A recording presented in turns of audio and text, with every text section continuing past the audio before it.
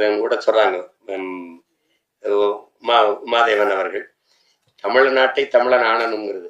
இது எவ்வளவு பெரிய குற்ற சொல்லாவும் குற்ற செயலாவும் பார்க்கப்படுது பாருங்க. எல்லாரும் தனித்தனியா வீடு கட்டி குடியேறி போயிட்டான். ஆனா என் வீட்டுல எல்லாரும் சேர்ந்து குடி கும்மியடிச்சிட்டு இருக்கான். ஆளாளுக்கு ஒரு லட்டை ஒட்டிட்டு போயிட்டீங்க, ஏன் லட்டை மட்டும் நொறுக்கி நொறுக்கி எல்லாரும் சாப்பிடுறான்.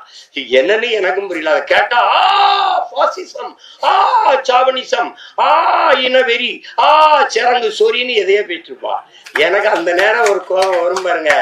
இப்ப சீமான் அவன் ஒரு இனவெறியங்கன்னு சொல்லும் போது நமக்கு ஒரு திமுறும் ஒரு பெருவிதமும். எங்க அண்ணன் சொல்லுவார்ல, கவுண்ட் பண்ணி மறக்கா சொல்லு அப்படின்னு.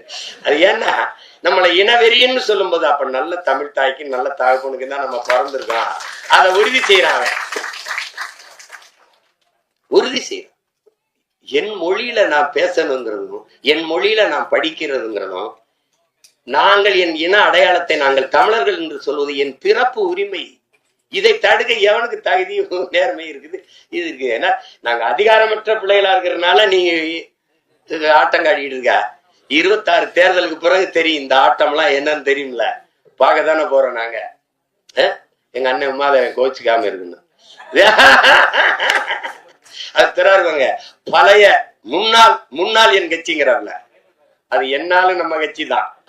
கவனத்துல வச்சுக்கிட்டோம். என்ன கணேசு?